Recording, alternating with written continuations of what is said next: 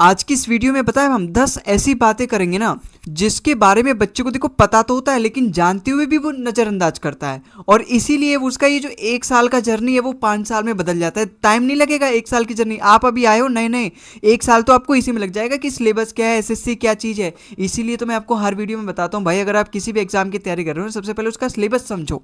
ऐसी कई सारी बातें हैं, लगभग मैंने 10 बातें इकट्ठा करी हैं और इस वीडियो में मैं पूरा कवर करूंगा, तो आप इस वीडियो को पूरा अंत तक देखना। और भाई इन सभी को केवल देखना मत, इंप्लीमेंट भी करना, ठीक है। सबसे पहला पॉइंट है प्रिपरेशन ड्यूरेशन। पता नहीं बच्चों के अंदर है कि क्या है भाई, वो हमेशा ही पूछते रहते हैं कि समय कितना लगेगा, कितना समय लगेगा सिलेबस कंप्लीट होने में, कितने दूर हो रहा है मेरे मंजिल। भाई आप केवल आंख बंद करके पढ़ते रहो, पढ़ते रहो। हमारे हाथ में केवल और केवल कर्म है भाई, फल नहीं है। ऊपर वाला सब देख रहा है, वो आपको फल देगा और जितना आप सोच रहे हैं ना उससे ज़्यादा मिलेगा। तो आप केवल कर्म करते रहो भाई। कई बच्चे बोलते हैं कितना समय लगेगा, देखो यहाँ पे 1 से 2 साल लिखा है, लेकिन 1 साल ही आपको प्रिपरेशन को देना है। अगर आप डेडिकेटेड ईयर, देखो आप अगर सब कुछ करोगे, लाइब्रेरी में जाके प्रिपरेशन भी करोगे, इधर उधर ताड़ोगे भी और बाहर जाके ब्रेक भी लोगे, चाय भी पियोगे खोखे पे जाके, तो भाई वो पंचवर्षीय योजना का आप कर रहे हो। समझ जाओ कि आप 5 ईयर प्रोजेक्ट पे हो। लेकिन अगर आपको 1 साल में निकालना है ना, तो सिलेबस, मॉक टेस्ट और टीचर्स, ये सारी कंट्रोवर्सीज देखोगे ना, मतलब ये सारी बाकी की जो फालतू की चीज़ें हैं, तो वो लग ही जाएगा 2 साल मिनिमम। फिर तो लेके चलो 2 से 3 साल, वो भी कोई गारंटी नहीं है। लेकिन अगर आपने 7 से 8 महीना भी एकदम कंसिस्टेंसी के साथ, फुल डेडिकेशन के साथ एकदम संन्यास ले लो, तैयारी कर ली ना, मैं लिख के दे रहा हूँ, गारंटी के साथ आपका सिलेक्शन हो जाएगा। भले ही आप कितने भी माटी के अंदर गिरे हुए हो, कितना भी आपका बेसिक खराब है, मैथ्स खराब है, जिद बनाओ यार। वो कितने सारे ऐसे यूपीएससी एस्पिरेंट के आपने इंटरव्यू देखे होंगे जहाँ पे बच्चे को हिंदी नहीं आती, इंग्लिश नहीं आती, दूसरे स्टेट लेवल का रहता है, वो गुजरात का रहता है, पहले हिंदी में कन्वर्ट करता है, फिर इंग्लिश में ट्रांसलेट करके इंटरव्यू की तैयारी करता है। वो भी तो सिलेक्शन पा रहे हैं। बाद में आपके पास पछताने के लिए कुछ और रह नहीं जाएगा ना, कोई आपको पूछने वाला है, कोई रिश्तेदार नहीं पूछेगा अगर आपकी जेब में एक फुटी कौड़ी नहीं, एक पैसा नहीं, अगर आप सक्सेसफुल नहीं हो तो आप इस धरती के लिए बोझ बन के रह जाओगे। रियलिटी है भाई, ये रियलिटी है। अगर आज आपको नहीं पता कि मेरे दोस्त बहुत अच्छे हैं, काम आएंगे, बात करते हो, जाके चाय पीते हो, उनके साथ अपना कीमती समय बर्बाद करते हो, ये जो एक एक साल अपने मम्मी पापा से पैसे लेके, बहुत कीमती साल है भाई, प्लीज़ वेस्ट मत करो। अपने सपने के लिए लगाओ, अपने माता पिता के लिए जो वो डिज़र्व करते हैं, प्लीज़ उनके लिए कुछ करो यार, ठीक है। और यहाँ पे देखो 7 से 8 साल, 7 से 8 घंटे, 7 से 8 घंटे ज़्यादा है, ज़्यादा है, बिल्कुल ज़्यादा है। आप स्टार्ट करो 2 से 3 घंटे से स्टार्ट करो। लाइब्रेरी में जा रहे हो, पहले फर्स्ट शिफ्ट में करो, फिर उसके बाद अपना फुल डे में नाम लिखवाओ। 2 से 3 घंटे में स्टार्ट करो, फिर 4 घंटा, फिर 5 घंटा, हर दूसरे हफ्ते 10 दिन 15 दिन पे धीरे धीरे बढ़ाते रहो, बढ़ जाएगा। 6 महीने में बनेगा ना कैलिबर, ये पहले महीने में थोड़ा ना बन जाएगा। तो करना पड़ेगा भाई आपको 6 से 7 महीना, 6 से 7 घंटे तो आपको करना पड़ेगा, क्योंकि हर जो भी सिलेक्शन ले रहा है, सीरियस एस्पिरेंट है, वो कर रहा है इतना। और ये right guidance plus smart strategy, ये तो जब आप मन बना लोगे ना कि मुझे एसएससी फोड़ना है, तो आपको पता चली जाएगी कि क्या राइट स्ट्रेटेजी होती है, क्या स्मार्ट स्ट्रेटेजी होती है। वो टीचर्स ही आपको बता देंगे जिससे आप पढ़ रहे हो, ठीक है। कोचिंग वर्सेस सेल्फ स्टडी, इसके बारे में भी हम आज इस पे भी पर्दा उठाएंगे। यहाँ पे देखो coaching versus self study, self study जितनी ज़रूरत है ना उतनी कोचिंग ज़रूरी नहीं है। लेकिन कोचिंग के बिना होगा नहीं सिलेक्शन, हो जाएगा लेकिन बहुत ज़्यादा समय लगेगा। कोचिंग क्या करती है, वो हमें एक डायरेक्शन दे देती है कि तुम्हें इस डायरेक्शन में चलना है। हम अगर खुद से चले ना, एक गुरु देखो बहुत ज़रूरी होता है, वो गुरु हमारा मार्गदर्शन करता है, जैसे मतलब बहुत ज़रूरी होता है भाई। वो अगर हम खुद से तैयारी करें ना तो बहुत ज़्यादा समय लग जाएगा। लेकिन वहीं अगर कोचिंग, आज तो ऑनलाइन कोचिंग हो गए हैं आपके पास, मतलब ऐसा भी नहीं है कि बहुत सारे पैसे चाहिए, 50,000 1-1 लाख रुपए चाहिए एक एक बैच के लिए, नहीं। 1500 का 2000 का बैच मिलता है, खरीद लो भाई, किसी का भी लाइब्रेरी ज्वाइन कर लो, या फिर घर में अगर अच्छा ठीक ठाक शांति सा माहौल है, घर में प्रिपरेशन कर लो। ऑनलाइन इतने बेस्ट बेस्ट टीचर हैं। बाकी मैंने यहाँ पे सेल्फ स्टडी क्यों लिखा है, सेल्फ स्टडी क्यों बोला कि मैंने ज़रूरी है, देखो कोचिंग करने के बाद भी आपको सेल्फ स्टडी करनी पड़ेगी।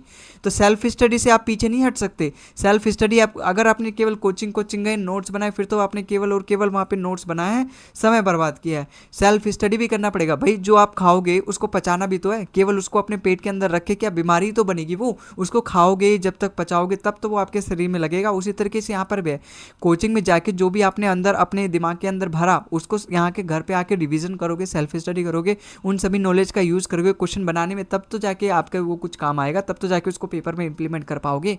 तो भाई कोचिंग के साथ साथ सेल्फ स्टडी है, ना कि कोचिंग वर्सेस सेल्फ स्टडी है। टुगेदर चलते हैं, साथ में चलते हैं, ठीक है। सब्जेक्ट वाइज अगर मैं डिफ़िकल्टी की बात करूँ तो देखो भाई, इस बार मतलब अगर अब मैं पिछले कुछ सालों में कंपेयर करूँ तो जो मैथ्स है ना वो ठीक ठाक पूछी जा रही है। ईजी टू मॉडरेट लेवल आ रहा है, कुछ हार्ड लेवल नहीं आ रहा, जो सीडीएस लेवल का, एनडीए लेवल का मैथ्स नहीं आ रहा, आईटी लेवल का मैथ्स नहीं आ रहा। ईजी सिलेबस आ रहा है, ईजी टू मॉडरेट है। जो बच्चे पढ़ के जाते हैं उनको आप पूछ लोगे, इंटरव्यू वगैरह देखोगे तो ईजी टू मॉडरेट पेपर आता है। लेकिन इसका सिलेबस इतना लेंदी, इतना पढ़ना पड़ता है ना भाई सारे क्वेश्चंस को अटेम्प्ट करने के लिए, वो एक थोड़ा सा टफ टास्क हो जाता है। ठीक है। इंग्लिश भी आपका मॉडरेट लेवल है, पढ़ना तो पड़ेगा, देखो इतना ही है, मतलब सब बच्चों की राय है इसे, पढ़ना तो पड़ेगा। रीजनिंग आपका सबसे ईजी है। अगर मैं यहाँ पे टफ वाइज नंबरिंग करूँ ना तो भाई सबसे पहले पे तो मैं इसको रखूँगा। देखो जी के जीएस तो अपना है, वो अलग ही, उसकी अलग ही दुनिया है, तो उसको तो हम काउंट नहीं करते कि स्कोरिंग है बड़ा, वो है, ये है, वो है, नहीं है। मतलब पहला अपना मैथ है जो कि थोड़ा सा टफ लेवल पे अगर मैं रखूँ, फिर दूसरा अपना इंग्लिश है, फिर तीसरा अपना क्या है, रीजनिंग है। ये तो देखो ओके ओके है, मतलब इसमें आप जितना मैक्सिमम अपना आउटपुट दे सकते हो, इनपुट दे सकते हो, उतना दो। हालांकि गेम चेंजर यही साबित होता है, क्योंकि मैथ्स, इंग्लिश, रीजनिंग में बच्चे मैक्सिमम स्कोर कर जाते हैं। मैथ्स रीजनिंग में तो 50 आउट ऑफ 50 ले आते हैं प्री में, और मेंस में भी लगभग पूरी फुल ले आते हैं। इंग्लिश में एक आध नंबर कट जाते हैं। जीएस में भी वो जितना ज़्यादा लेकर आएंगे उतनी अच्छी जीएस ही आपकी रैंक डिसाइड करेगी। ये 3 सब्जेक्ट तो ऐसे हैं, जो ये नीले नीले बॉक्स में मैंने यहाँ डाल रखेंगे, ये 3 तो ऐसे हैं जिनको आपको एकदम पकड़ बनानी है, और जीके में आपको मैक्सिमम करना है, मैक्सिमम अपना आउटपुट देना है। ठीक है।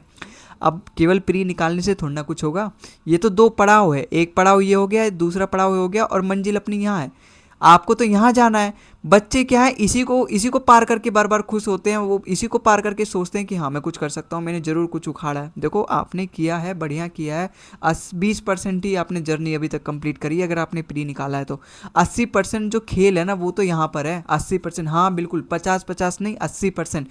अगर आपने यहाँ पे इसको निकाल लिया, क्या मिलेगा आपको? कुछ ऐसा मिलेगा कि कम नौकरी वाली, कम जॉब वाली मिल जाएगी, कुछ कम सैलरी वाली मिल जाएगी, ऐसा तो कुछ नहीं है। अगर आपने केवल प्री निकाला तो फूटी कोड़ी हाथ नहीं आने वाली, एक माचिस की तिल्ली भी आपके हाथ नहीं आने वाली, जब तक आपने मेंस को निकाला नहीं है तो।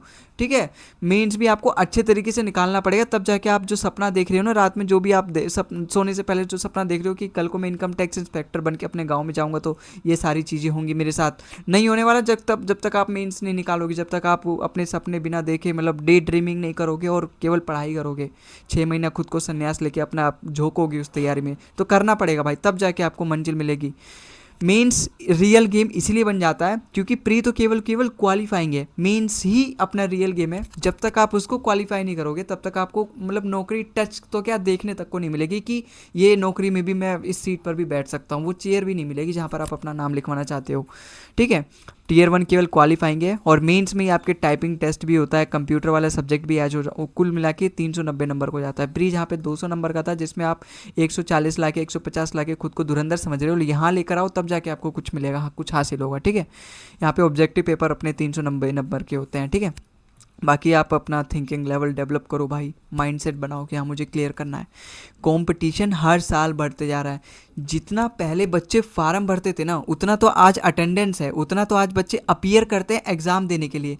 और जितने आज अपीयर करते हैं उतना पहले फार्म भरते थे, और जितनों का आज सिलेक्शन हो रहा है ना उतना पहले अपीयर करते थे। ये सोचो, मतलब क्वालिफाई करते हैं जो टीयर 1, जैसे 1-2 लाख बच्चे आजकल टीयर 1 को क्वालिफाई कर देते हैं। जैसे अभी 2025 में 1,65,000 बच्चों ने, कुछ बच्चों ने 1,65,000 कुछ बच्चों ने टीयर 1 क्वालिफाई कर दिया था।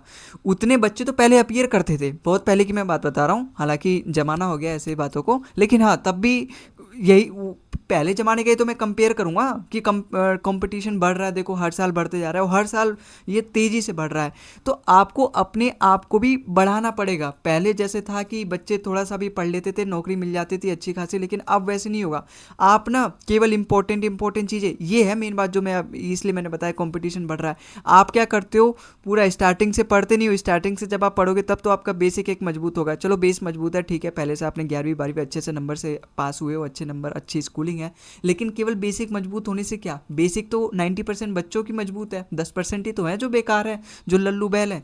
लेकिन 90% बच्चे तो ऐसे हैं ना जो कि मतलब अच्छे से पढ़ते हैं, और और उसमें भी ऐसे हैं जो नहीं पढ़ते, जो जिनकी स्कूलिंग अच्छी नहीं है, जो सरकारी स्कूल से थे, उनकी अच्छे से पढ़ाई नहीं हो पाई उसमें, लेकिन उनके अंदर जुनून तो है, ऐसा वो कर सकते हैं। तो बेसिक ही मजबूत करने से आपका कुछ नहीं होने वाला भाई। अगर आप 25 में से मैथ में सपोज 25 में से आप केवल और केवल 20 ही क्वेश्चन कर पा रहे हैं और आप खुश हो रहे हैं, तो आप खुश मत हो। जब तक आप 25 में से 25 सवाल नहीं कर पाओगे तब तक आप खुश हो मत हो। क्योंकि जितने भी बच्चे रैंक लेकर आते हैं, अगर आपको अपनी ड्रीम पोस्ट चाहिए ना, तो आपको 25 में से 25 सवाल सही करने पड़ेंगे। दिस इज द कंपटीशन भाई, this is the competition of today's life.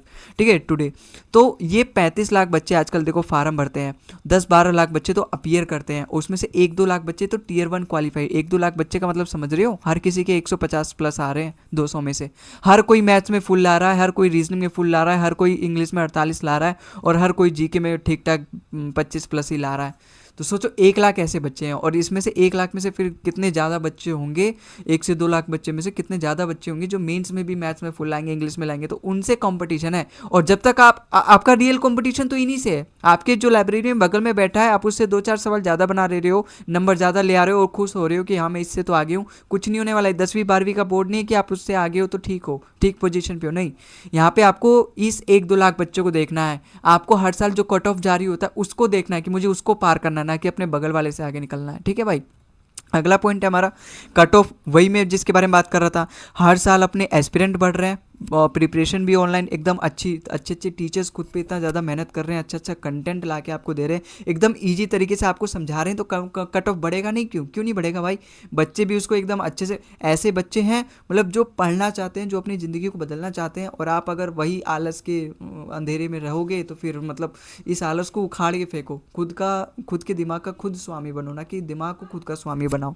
ठीक है, कट ऑफ हर साल बढ़ती जा रही है। और सेफ स्कोर अगर आपको चाहिए तो आपको कम से कम प्री में 200 में से 160 प्लस लेकर आना पड़ेगा, और मेंस में 340 प्लस लेकर आना पड़ेगा अगर आपको अपनी एक अच्छी पोस्ट चाहिए। हालांकि 360 नंबर अगर आपको चाहिए income tax inspector, ASO MEA, ASO CSS, तो 360 नंबर लेकर आने पड़ेंगे 390 में। ये दिस इज़ द कॉम्पिटिशन। ठीक है, अगला है हमारा, देखो मॉक टेस्ट नहीं लगाते यार कई बच्चे। मॉक टेस्ट लगाओ यार। देखो केवल ना, कई बार क्या होता है, बच्चे अपनी क्लासेस से पढ़ रहे होते हैं, पढ़ते पढ़ते पढ़ते उन्हीं में मज़ा होता है, उन्हीं में खो जाते हैं वो। फिर यूट्यूब पे जाते हैं अपना प्रैक्टिस करने के लिए। काहे को जा रहे हो, वीडियो देखने से कुछ नहीं होता। वीडियो देखने से केवल आपका दिमाग में केवल 20 से 30% रह जाएगा। जब तक आप उसको खुद नहीं करोगे, सेल्फ अपने दिमाग का इफेक्ट नहीं डालोगे, एफर्ट नहीं डालोगे। तो मॉक टेस्ट वगैरह दो, जितना ज़्यादा मॉक टेस्ट दे सकते हो। एक बच्चा है जो कि अपना सिलेबस 50% कंप्लीट कर लिया है और धीरे धीरे फिर आगे के 50% कंप्लीट कर रहा है, और यूट्यूब पे जान जो कि एकदम प्रैक्टिस कर रहा है। ठीक है, और एक बच्चा है जहां पर उसने अपना 40% सिलेबस कर रखा है और बाकी धीरे धीरे वो 60% करेगा पूरे साल में। ठीक है, धीरे धीरे, और उसी के साथ केवल मॉक टेस्ट दे रहा है। यूट्यूब पे कोई फालतू की वीडियोस प्रैक्टिस वाली नहीं देख रहा, केवल मॉक टेस्ट दे रहा है, सेक्शनल दे रहा है, चैप्टर वाइज दे रहा है। सिलेक्शन पता है इसका होगा, ना कि इसका। क्योंकि यूट्यूब पे जितने भी मास्टर है ना, जो टीचर जो पढ़ाते हैं, मैक्सिमम उसमें से ऐसे टीचर हैं जो कि केवल ईजी सवाल कराते हैं, जो कि बच्चों को अच्छा लगे, वो भी कर ले उन सवालों को, और वो इंगेजमेंट उनका बढ़ते रहे, उनकी वीडियो का इंगेजमेंट बढ़ता रहे, बच्चे मतलब उस वीडियो को फिर देखते रहें अच्छे से। मतलब इजी सवाल लेकर आते हैं भाई ऐसे, जो कि पेपर में, देखो पेपर में वैसे ही सवाल आते हैं। पेपर में तो 25 सवाल आएंगे, उसमें तो 20 इजी ही रहेंगे, और वही वो 20 इजी वहाँ पे करवाते हैं। लेकिन 5 जो बाकी के सवाल हैं, वो जो कर पाएगा उसका सिलेक्शन होगा। 20 सवाल तो लगभग सारे बच्चे कर लेते हैं। 100% में से 80% बच्चे ये 20 सवाल को कर लेते हैं, लेकिन 20% वही बच्चे होते हैं जो ये 5 सवाल को भी कर लेते हैं, जो कि केवल और केवल एक लंबा प्रोसेस जब आप पार करोगे, जो कि अपने बैच से, कंप्लीट बैच से पढ़ोगे, जिस भी ट्रस्टेड टीचर से आपने लिया है, जिसके भी अच्छे रिजल्ट आते हैं, जो अच्छा पढ़ाता है, जो कंप्लीट पढ़ाता है, जो एकदम डेडिकेटेड टीचर है, जो एकदम सब कुछ प्रैक्टिस, रिवीजन और सब कुछ भर भर के करवाता है, उससे ही आप पढ़ोगे तो आप ये 5 सवाल कर पाओगे। ठीक है, तो अब ये क्या फ़ायदा, आप अगर इजी सवाल कर ले रहे हो, 25 में से 20 सवाल बना ले रहे हो केवल अपने दोस्त को बताने के लिए, कुछ फ़ायदा नहीं होने वाला। अल्टीमेट गोल तो हमारा नौकरी लेना है। ये 20 सवाल बना के कुछ नहीं होगा। 25 में से 25 जो हार्ड सवाल आ रहे हैं उनको भी बनाओगे, तभी आपको नौकरी मिलेगी भाई। ठीक है, तो आपको कम से कम यहाँ पे 100 से तो ज़्यादा मॉक्स लगाने हैं, और ये प्रीलिम्स के पहले की बात है। मेंस तो जब तक आएगा तब तक तो आपसे 200 प्लस मॉक्स लगा लेने हैं। ठीक है, और एनालिसिस बहुत ज़रूरी है। ऐसा नहीं कि केवल मॉक टेस्ट दे के छोड़ देना है, बाद में अगर दूसरे किसी अगले 10 दिन बाद अगर वही मॉक टेस्ट में से कुछ एक आध क्वेश्चन आपका रिपीट हो गया तो आपको वो फिर से गलत जा रहा है, क्या फ़ायदा पहले वाला मॉक टेस्ट देने का। तो मॉक टेस्ट जितना समय मॉक टेस्ट देने में लगा रहे हो ना, उतना ही मॉक टेस्ट एनालिसिस करने में लगाओ कि ये सवाल मेरा सही गया तो उसका आंसर अब आपको याद रखना है, अगर ये मेरा सवाल गलत गया तो उसकी एक अलग से कॉपी बनाओ, ठीक है, और उसमें वो सारे अपने रॉन्ग क्वेश्चंस लिखो भाई, ठीक है। और अपना देखो फेलियर्स और रियलिटी चेक, देखो देखो लक होता है, लक नाम की चीज़ होती है भाई, 20% आपका लक होता है, क्योंकि यहाँ पे ना शिफ्ट भी होता है, नॉर्मलाइजेशन भी होता है, कैसा पेपर आएगा, इजी आएगा, हार्ड आएगा, इस बार आपका नसीब कैसा है, कहीं ये आखिरी आपका अटेम्प्ट है और यहाँ पे कहीं सिस्टम में फेलियर हो गया, चीटिंग इश्यूज आ गए कई सारे, और सरकार उसको मानने की तैयार नहीं है, एसएससी मान ही नहीं रही कि यहाँ पे चीटिंग हुआ है, तब तो आपका लास्ट अटेम्प्ट गया, गई आपकी नौकरी, गया आपका फ्यूचर बर्बाद, करियर बर्बाद। तो यहाँ पे लक भी मैटर करता है, लेकिन वो लक 20% मैटर करता है, 80% तो आपकी हार्डवर्क है, 80% तो अभी भी अपने हाथ में है, और ये लक आपके अंडर आ जाएगा जब आपने यहाँ पे 80% हार्डवर्क में पूरा अपना 100% दे रखा है तो, ठीक है। ये 20% लक आपका कुछ नहीं उखाड़ पाएगा अगर आपने अच्छे से होमवर्क कर रखा है तो अपने हार्डवर्क में बिलीव करें, ये 20% तो भगवान पे छोड़ दें भाई। नॉर्मलाइजेशन आपके बिल्कुल इंपैक्ट कर सकता है, इसीलिए आप अपने हार्डवर्क पे ध्यान दें, ना कि लक पे डिपेंड करें कि अगर मेरा शिफ्ट हार्ड आ जाए, ईजी आ जाए तो अच्छा होगा, शिफ्ट मेरा पहला शिफ्ट हो जाए तो अच्छा होगा। नॉर्मलाइजेशन में सब बराबर कर देता है वो, ठीक है। अपने आप में खुद भाई विश्वास करें, भगवान सब देख रहे हैं, आपका एक एक मिनट जो आपने सोचा है, जो आपने खर्च किया अपने ऊपर, कल लोग आपको सर्च करेंगे, आप आज अपने ऊपर खर्च करो बस, ठीक है। तो खुद में बिलीव रखो भाई, भगवान पे विश्वास करो, जितना आप चाहते हो उससे आपको डबल मिलेगा, ट्रिपल मिलेगा, ज़्यादा ही मिलेगा, कम नहीं मिलेगा। चाहने से नहीं, करने से, जितना आप करते हो ना उसका ज़्यादा ही मिलेगा भाई, ठीक है। तो कर्म में बिलीव करो, हमारे हाथ में केवल और केवल हम कर्म कर सकते हैं, फल हमारे हाथ में नहीं है, फल हमें अपने आप मिल जाएगा। भगवान की अगर देर है लेकिन अंधेर नहीं, कुछ अच्छा ही सोचा होगा, और कुछ अच्छी चीज़ें होने के लिए डेफिनेटली समय लगता है भाई, ठीक है। अब इस सिस्टम पे मैं क्या ही बात करूं, देखो 95% तो सब कुछ फेयर ही होता है, 5% तो सरकारी एग्ज़ाम है, और इंडिया जैसे जहाँ पे इतनी ज़्यादा पॉपुलेशन है, इतने ज़्यादा एस्पिरेंट्स हैं, तो ये सिस्टम इशूज़ तो आते ही हैं, ठीक है। लेकिन इसके चक्कर में पढ़ के आप अपना पूरा साल बर्बाद मत करो। देखो प्रदर्शन करना, कंट्रोवर्सीज़ करना इम्पॉर्टेंट है, कंट्रोवर्सी खैर अलग है, प्रदर्शन करना, धरना, ये सब इम्पॉर्टेंट है, लेकिन अपने प्रिपरेशन के साथ साथ, ये नहीं कि कुछ बच्चे क्या केवल प्रदर्शन में जाके बैठ जाते हैं जैसा कि अभी हुआ था, और फिर बाद में वो पछता रहे हैं कि हमने प्रिपरेशन इसके चक्कर में छूट गई। तो प्रिपरेशन को भी साथ में लेको, अपने हक के साथ अपने हक के लिए लड़ना पड़ेगा, ठीक है, हमेशा लड़ना पड़ेगा जब जब ज़रूरत होगी, लेकिन प्रिपरेशन जो एक्चुअली जिसके लिए लड़ रहे हैं उसको ही छोड़ दोगे तो फिर क्या। तो आप अपनी कंसिस्टेंसी को इसमें बिल्कुल मत ब्रेक करना भाई, ठीक है। टेक्निकल इशूज़ तो देखो आते रहेंगे, हर साल आएंगे, हर एग्ज़ाम में होता है, नीट में आया था, जबकि नीट तो सरकारी जैसा नहीं है एग्ज़ाम, सरकारी में कुछ ज़्यादा ही होता है चीटिंग वगैरह और ये सारी चीज़ें, मतलब खबरें ज़्यादा आती हैं, लेकिन नीट के में भी है, तो हर एग्ज़ाम में लगभग आता है। लेकिन आप उस पर मतलब उसकी वजह से आप खुद को ये नहीं कह सकते कि भाई इसमें तो चीटिंग होता है, मैं इसकी तैयारी नहीं कर रहा, मैं कुछ और करूँगा, ठीक है। वो आपके पास कोई ऑप्शन नहीं होना चाहिए, ठीक है। अगर आपके पास 3 ऑप्शन है तो आपका दिमाग हमेशा भटकेगा कि ये भी कर लूँ, ये कर सकता हूँ, ये कर सकता हूँ, लेकिन अगर एक ही ऑप्शन है ना तो आप कहीं नहीं भटकोगे। तो एक ही ऑप्शन अपना टारगेट बना के चलो, ठीक है। स्ट्रिक्ट रूल्स अभी भी एग्जिट करते हैं सिस्टम में, लेकिन वो फिर हो जाते हैं भाई, अनफेयर हो जाते हैं, इतना बड़ा नंबर ऑफ एस्पिरेंट, और रिश्वत करप्शन तो भारत का सबसे मतलब खोखला करते ही जा रहा है दिन प्रतिदिन। लेकिन हाँ, हम पूरा इसी पे डिपेंड नहीं कर सकते, अपने आप को इम्प्रूव करो, डेली 1-1% आपको खुद को इम्प्रूव करना है, पॉजिटिव रहना है भाई। अगर आप पहले से ये सोचोगे कि मेरा सिलेक्शन होगा नहीं होगा, पहले दिन ये सोचने लगे भाई, पेपर देने के बाद अगर सोच रहे हो कि क्या मेरा सिलेक्शन होगा नहीं होगा, चलो एक बात समझ में आती है, तुम तो पेपर देने से पहले ही, 1 महीना पहले नहीं, एक साल पहले ही सोचने लगते हो कि भाई ये तो मेरे से होशियार है, क्या मेरा सिलेक्शन होगा। अबे यार अगले 6 महीने में उससे तगड़ी मेहनत करो ना, तुम बाहर के संन्यास ले लो, बाहर से कहीं इधर उधर फालतू नहीं जाना, किसी दोस्त के साथ नहीं जाना, किसी पार्टी में नहीं जाना, किसी शादी में नहीं जाना, कोई चाय पीने नहीं जाना, कहीं भी नहीं आना भाई, कोई सोशल मीडिया कोई नहीं, केवल 6 महीना दे दो। 3 महीना काफ़ी होता है, 3 महीना बाद ही आपको रिजल्ट देखने को, 3 महीना क्या 1 महीना बाद ही रिजल्ट देखने को मिलेगा, हाँ कि मैं कर सकता हूँ कर सकता हूँ। देखो एक बड़े एस्पिरेंट ने कहा था, मतलब एस्पिरेंट नहीं, सेलेक्टेड बच्चे ने कहा था, मुझे याद नहीं आ रहा नाम तुरंत, उसने ये मेरे से नहीं, मतलब उसने अपने इंटरव्यू में बताया था सेमिनार में, अगर आप 3 दिन लगातार अच्छे से 8-8 10-10 घंटा डेडिकेटेड पढ़ रहे हो तो आपको लगेगा सिलेक्शन हो जाएगा। वहीं अगले दिन अगर आपने पढ़ना छोड़ दिया, एक दिन आपका गैप हो जाएगा ना, उसी दिन आपका मन ये सोचेगा भाई मेरे से नहीं हो पाएगा, मेरे से नहीं हो पाएगा। तो ये बात समझ में आ रही है आपको। 3 दिन अगर आप लगातार पढ़ते हो, 2-3 दिन, तो आपको लगेगा कि हाँ मैं कर सकता हूँ। अगले दिन ही अगर आपने ब्रेक ले लिया, तो आलस कर दी ना, तो फिर मन सोचवा देगा कि भाई मेरे से नहीं होगा, मेरे बस की नहीं है, कुछ और देख ले, ठीक है। तो प्लीज़ कंसिस्टेंसी रखो, अपने आप में बिलीव रखो, कंसिस्टेंसी ही किंग है, कंसिस्टेंसी ही किंग है, कंसिस्टेंसी ही किंग है भाई। एक पत्थर पे अगर बूंद बूंद पानी गिराए ना तो वहाँ पर भी छेद कर देती है, लेकिन एक ही साथ बाल्टी भर पानी गिरा दे तो कुछ नहीं उखाड़ पाएगी वो पत्थर का। आप ऐसे ही करते हो, आप 1-2 दिन या फिर एक हफ्ता बहुत तेजी से एकदम अच्छे से 8-8 10-10 घंटा खूब खुद को कूड़ा बना लेते हो, एकदम अच्छे से पढ़ते हो, फिर बाद में 10 दिन बाद 1 घंटे की ब्रेक लेते हो, एक एक दिन का ब्रेक लेते हो, घूमने जाते हो, घूमने का मन करता है, सोशल मीडिया इंस्टाग्राम पे जाके थोड़ा सा अपने आप को रिफ्रेश करते हो। वो रिफ्रेश नहीं कर रहे, यूजलेस कर रहे हो अपने आप को, दिमाग और कमज़ोर बना रहे हो, ठीक है। बाकी ये सब कुछ टेम्प्ररी है। आपके जीवन में जितनी भी ये सारी मिस्टेक्स हैं, जितनी भी गलत चीज़ें हो रही हैं, आप एकदम सोच रहे हो कि मैं बहुत ही ज़्यादा पीछे रह गया हूँ यार दुनिया से, मेहनत करो भाई, मेहनत करो बस, और मेहनत करो। अगले 1 से 2 साल 3 साल बाद आप देखोगे ना कि मतलब मैं तो बहुत ही अच्छे पोजीशन पे हूँ, ठीक है। तो बस मेहनत में विश्वास करो, ठीक है।